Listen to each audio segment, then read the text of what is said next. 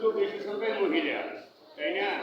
আমরা যদি এনাদেরকে বলি যে আপনারা প্রত্যেক মসজিদে গিয়ে কথা বলবেন, তাহলে যদি এনারা প্রত্যেক মসজিদে গিয়ে, হিন্দু মহিলাও আছে, মুসলমানও আছে, না তারা তো আর হিন্দুরা তো মসজিদে যাবে কেমনে, একটু লজ্জা পাবে। আর মুসলমান ওই মন্দিরে গেলে একটু লজ্জা পাবে। এর চেয়ে ভালো একটা পদ্ধতির কথা বলি, দেখেন ভালো হয় কি মন্দ হয়, ভালো হলে করবেন, মন্দ হলে করবেন না।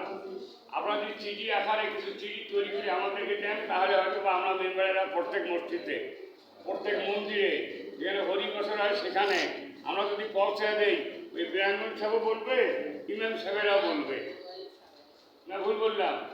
ঠিক আছে, তারাই আমাদের চেয়ে বেশি প্রচার করবে।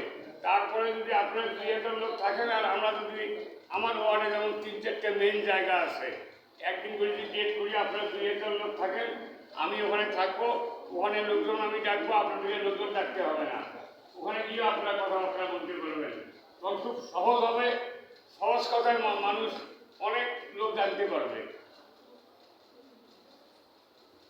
এটা করলে কীরকম হয় আপনারা একটু মনস্থ করেন। যদি ভালো হয় তা করবেন, না হলে আপনারা করবেন না।